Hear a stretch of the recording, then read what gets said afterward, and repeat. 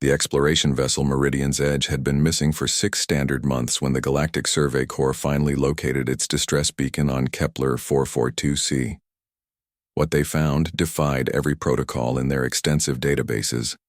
Commander Zethkar of the Vorthak Confederation stood at the edge of what the humans called a jungle, his 4 eyes scanning the impossible scene before him.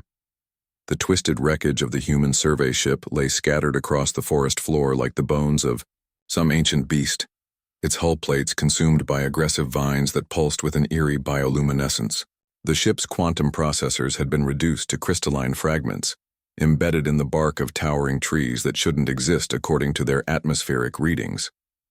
This world's vegetation appears to be silicon-based, reported Dr. Yilnith, her tentacles dancing nervously over her scanner.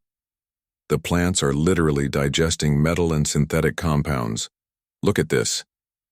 She gestured toward a massive root system that had completely enveloped what remained of the ship's engine core. The organic matter is converting the alloys into some kind of biological matrix. Zethkar's mandibles clicked in concern.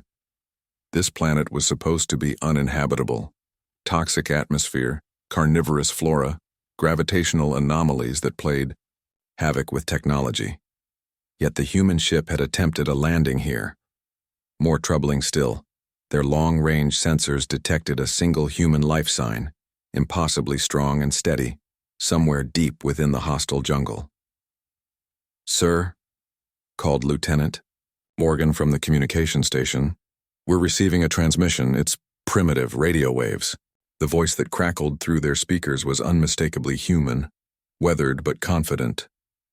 "Unknown vessel, this is Dr. Sarah Chen of the United Earth Survey Division. Welcome to Paradise Lost. Fair warning, your fancy equipment won't last. 5 minutes in here. Better leave your toys at home and come talk." 3 hours later, Zethkar found himself doing something that violated every safety protocol he'd ever learned. Walking through an alien jungle armed with nothing more than a chemical-powered projectile weapon and a basic water filtration device. His team had been forced to abandon their energy weapons, their environmental suits, even their advanced medical kits. All of it succumbed to the jungle's voracious appetite within minutes of entering the canopy. The human they found was nothing like what he'd expected. Dr. Sarah Chen sat cross-legged beside a small fire, weaving what appeared to be a basket from jungle vines. Her dark hair was longer than regulation, braided with colorful flowers that somehow repelled the swarms of insects buzzing around them. Her skin was tanned and marked with intricate scars that formed almost artistic patterns. She wore clothes fashioned from plant fibers and animal hide, and when she smiled at their approach, her teeth were white and strong. "Took you long enough," she said, not bothering to stand. "I've been expecting visitors ever since my beacon started working again last month." "Dr. Chen," Zethkar began, his universal translator struggling with her casual tone. "We're here to extract you. Your ship is fertilizer now," she interrupted, gesturing toward the jungle around them. "This place doesn't like artificial things. The plants here evolved on a world where silicon and carbon compete for dominance. They've learned to break down and absorb any technology more complex than a sharp stick." Dr. Yilnith stepped forward, her scanner already showing signs of corrosion despite their brief exposure. "How have you survived? Our readings indicate this atmosphere should be toxic to human physiology." Sarah laughed, a sound that somehow harmonized with the jungle's symphony of clicks and calls. "That's the beautiful thing about humans, Doc. We adapt, always have, always will." She held up her hands, and Zethkar noticed her fingernails had taken on a slightly greenish tint. "The jungle tried to eat me too at first, but unlike my machines, I could change with it." Over the next several hours, Sarah told them her story. How the ship had crashed during an emergency landing when their systems failed. How she'd watched her crewmates die one by one, not from violence, but from their inability to let go of the technology that defined them. They'd tried to fix their environmental suits instead of learning to breathe the native air.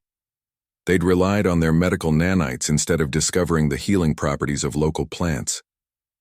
"Humans are the ultimate invasive species," Sarah, explained as she led them to a clearing where she'd built a small shelter from living trees that had grown into precisely the shape she needed.